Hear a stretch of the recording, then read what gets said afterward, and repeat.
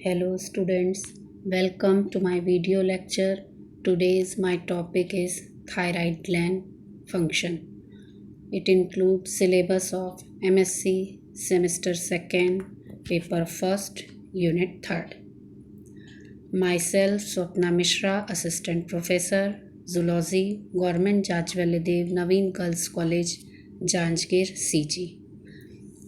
जैसा कि आप इमेज में देख रहे हैं, आज हम थायराइड ग्लैंड के बारे में, स्पेशली उसके कार्य के बारे में पढ़ेंगे। एंडोक्राइन ग्लैंड या ग्लैंड ऑफ इंटरनल सिक्रीशन, अंतःस्रावी ग्रंथि को ग्लैंड ऑफ इंटरनल सिक्रीशन भी कहा जाता है। इनका स्रावण हार्मोन होता है जो कि सीधे रक्त में जाता है। हार्मोन टारगेट सेल में उपस्थित स्पेसिफिक रिसेप्टर मॉलिक्यूल से बाइंड होता है और हार्मोन रिसेप्टर कॉम्प्लेक्स बनाता है तथा टारगेट सेल में कुछ चेंजेस लाता है। केमिकल बायोरेगुलेशन, शरीर में विभिन्न भागों का कोऑर्डिनेशन या मेटाबॉलिक एक्टिविटीज़ का रेगुलेशन 3 सिस्टम कंट्रोल करते हैं: nervous system, endocrine system, immune system. Endocrine system से हार्मोन निकलता है, nervous system neurocrine, immune system cytokine. ये तीनों सिस्टम शरीर में होम्योस्टेसिस को मेंटेन रखते हैं। इस प्रकार एक पूरा बायो रेगुलेटरी सिस्टम तैयार होता है जो अपने शरीर को मेंटेन करने का काम करता है। आप इस डायग्राम में देख सकते हैं, एंडोक्राइन सिस्टम हार्मोन सिक्रेट कर रहा है जो टारगेट ऑर्गन तक जा रहा है। नर्वस सिस्टम न्यूरोट्रांसमीटर सिक्रेट कर रहा है जो टारगेट ऑर्गन तक जा रहा है। इम्यून सिस्टम हार्मोन और साइटोकाइनिन सिक्रेट कर रहा है जो टारगेट ऑर्गन तक जा रहा है। और ये तीनों आपस में सर्कल आप देख रहे हैं, ये सर्कल बनाते हुए पूरे बॉडी के होम्योस्टेसिस को मेंटेन करने का काम कर रहे हैं। History and origin. थायराइड नाम सबसे पहले थॉमस वाटर ने 1656 में नाम दिया। ये ग्रीक शब्द थायरोस से बना है जिसका अर्थ होता है shield. Thyroid is ventral evagination of floor of pharynx and is endodermal in origin. यह हमारी गर्दन में ट्रैकिया के अगले भाग पर लैरिंग्स की थायराइड एवं क्रिकॉइड कार्टिलेज के लैटरल भाग पर फैली रहती है और ये एंडोडर्मल ओरिजिन रहती है। ये फेरिंग से थायरोग्लॉसस डक्ट के रूप में निकलती है जो बाद में फेरिंग से अलग होकर गर्दन में स्थित हो जाती है। ये लोअर कॉर्डेट्स के एंडोस्टाइल के होमोलोगस होती है। इसकी पोजीशन बटरफ्लाई शेप की ग्लैंड है जो नेक के फ्रंट में रहती है, लो साइड में रहती है, एडम सेप्टल के नीचे रहती है, along the front of wind pipe. इनके 2 साइड लोब रहते हैं जो आपस में इस्थमस एक ब्रिज से कनेक्ट रहते हैं जिसको इस्थमस कहते हैं। ये गुलाबी रंग की ग्रंथि होती है, एच शेप की होती है, बाइलोब्ड। ये डायग्राम में आप देख सकते हैं, बाइलोब 2 लोब हैं, बीच में इस्थमस है। स्ट्रक्चर, थायराइड ग्रंथि के लोब थायराइड फॉलिकल से बनते हैं और स्ट्रोमल टिश्यू से बनते हैं। थायराइड फॉलिकल की लाइनिंग क्यूबॉइडल एपिथेलियम से बनती है। ये क्यूबॉइडल एपिथेलियम आयोडीन को ट्रैप करने का काम करते हैं। इस फॉलिकुलर सेल में एक कैविटी रहती है और ये कैविटी कोलाइड से भरी रहती है। क्यूबॉइडल एपिथेलियम में ग्लाइकोप्रोटीन रहता है जिसको थायरोग्लोबुलिन कहते हैं। ये थायरोग्लोबुलिन ट्रायोसिन अमीनो एसिड इसी थायरोग्लोबुलिन में रहते हैं। ये tyrosine amino acid thyroxine hormone बनाने का काम करते हैं। ग्लैंड में लूज कनेक्टिव टिश्यू रहता है जो स्ट्रोमा बनाने का काम करता है।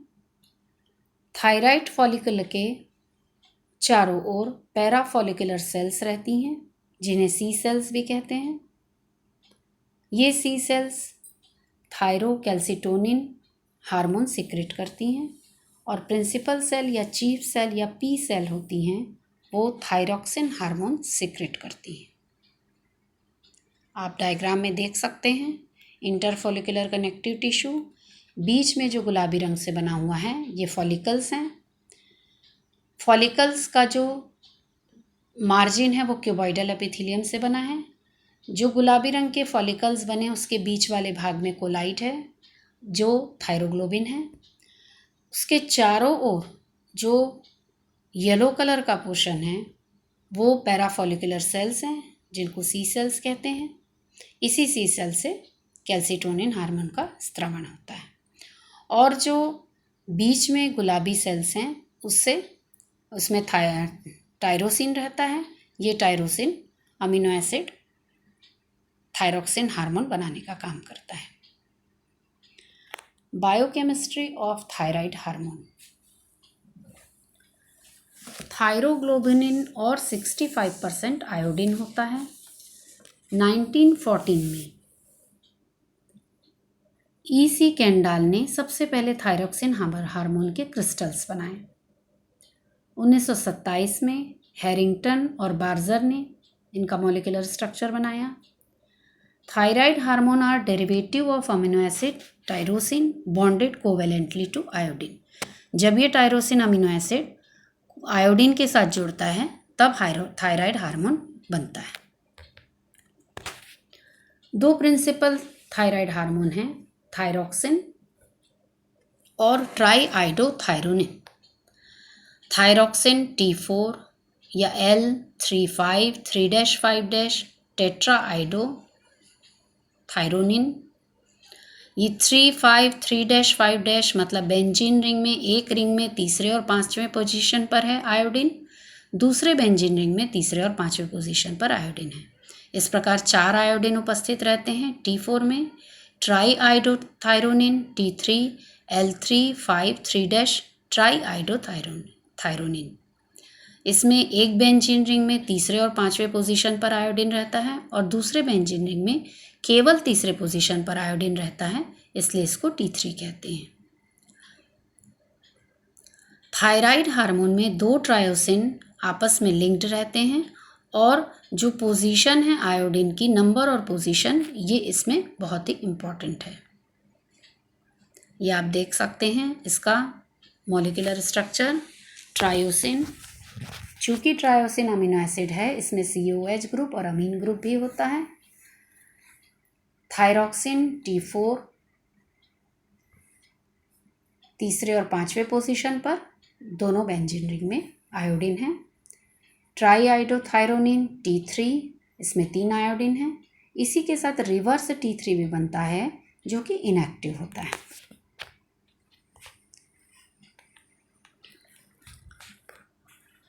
T4 मेन मेजॉरिटी है थायराइड हार्मोन का, पर T3 बहुत ज़्यादा एक्टिव हार्मोन होता है। लीवर और किडनी में T4 के डीआयोडिनेशन से बहुत अधिक मात्रा में T3 का निर्माण होता है। डीआयोडिनेशन का मतलब T4 से एक आयोडीन कम होने लगता है। T4 के डीआयोडिनेशन से रिवर्स T3 का भी निर्माण होता है जो कि मेटाबॉलिकली इनएक्टिव होता है।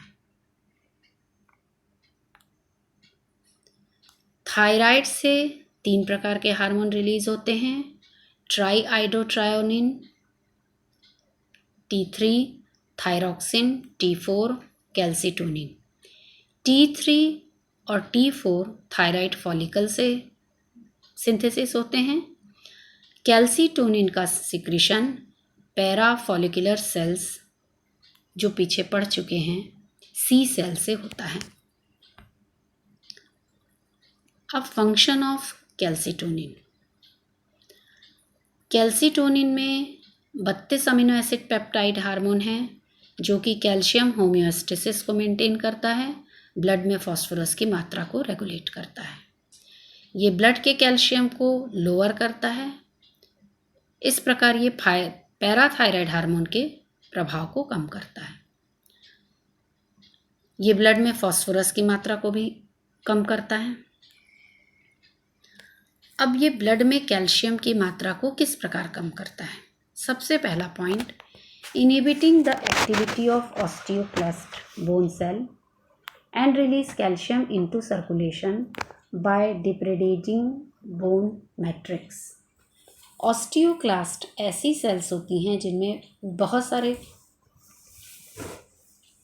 केंद्रक होते हैं जो बोन को रीएब्जॉर्प्शन का काम करती हैं, ऑस्टियोब्लास्ट। जबकि ऑस्टियोब्लास्टिक एक्टिविटी क्या होती है? ऑस्टियोब्लास्टिक एक्टिविटी का मतलब होता है बोन बनाना। तो ये बोन को एब्जॉर्ब करने वाली एक्टिविटी को इनहिबिट करता है और बोन को बनाने वाली एक्टिविटी को इंक्रीज करता है। इस प्रकार ये ब्लड में कैल्शियम की मात्रा को कम करता है। इंटेस्टाइन में कैल्शियम के एब्जॉर्प्शन को डिक्रीज करता है। यूरिन से कैल्शियम लॉस को इंक्रीज करता है। इस प्रकार ये ब्लड में कैल्शियम के कंसंट्रेशन को मेंटेन करता है, डिक्रीज करता है। Metabolic function of thyroid hormone. सबसे पहले मेटाबॉलिक एक्टिविटी मतलब शरीर की चयापचय क्रिया। तो प्रोटीन, फैट और कार्बोहाइड्रेट की मेटाबॉलिज्म को कंट्रोल करता है। हेल्दी हेयर और स्किन के लिए रिस्पॉन्सिबल है।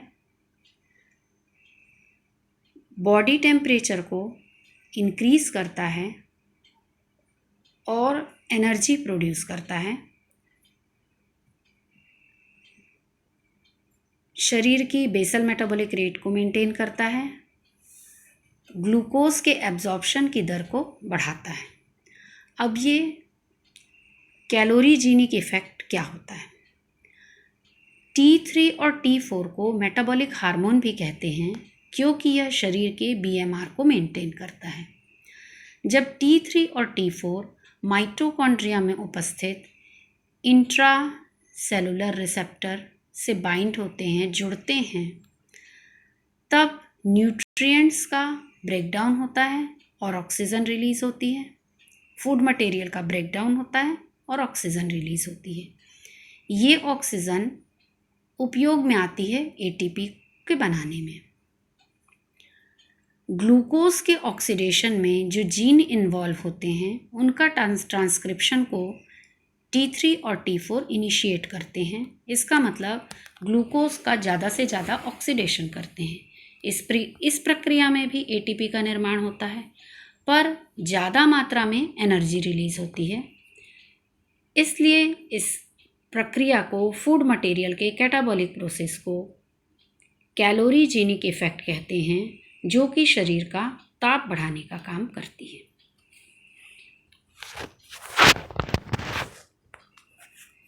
शरीर में वाटर और इलेक्ट्रोलाइट के अमाउंट को मेंटेन करता है, बैलेंस करता है। Decrease cholesterol level. Brain, retina, spleen, lung और टेस्टिस को छोड़कर अन्य सेल्स के माइटोकॉन्ड्रिया का नंबर और साइज को बढ़ाता है।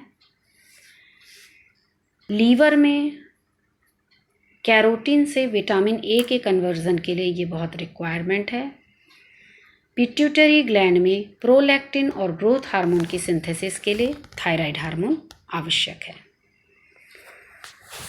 Cardiovascular function of thyroid hormone. ये पल्स रेट और ब्लड प्रेशर को रेगुलेट करता है। नर्व फाइबर की एक्साइटेबिलिटी को कंट्रोल करता है।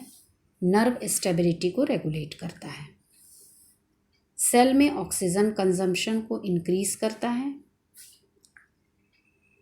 न्यूरोट्रांसमीटर जैसे कि एड्रेनालिन और नॉर एड्रेनालिन के कुछ एक्शंस को इन्हेंस करता है, बढ़ाता है।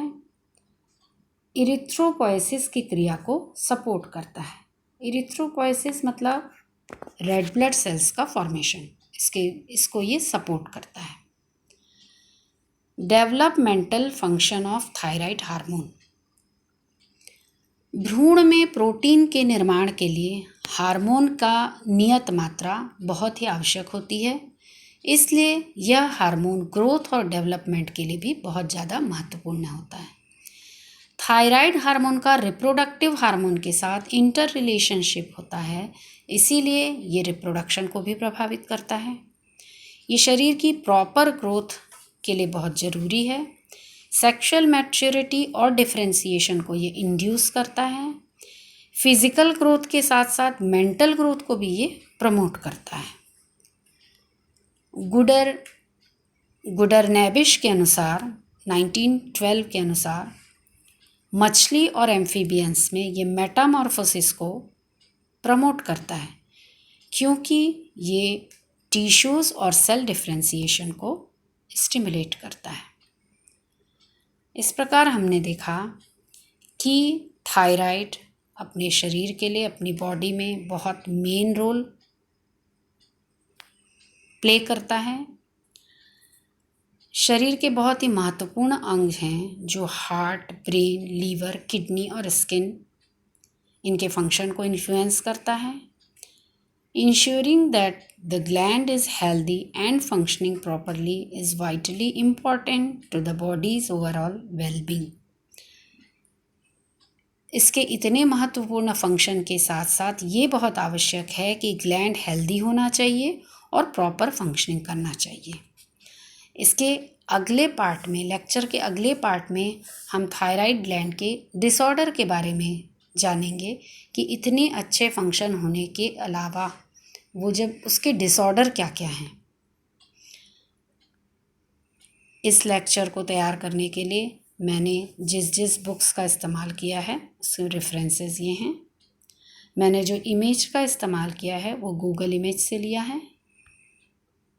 Thanks. Presented by Swapna Mishra, assistant professor zoology, government Jajwalladev Naveen girls college, Janjgir, CG।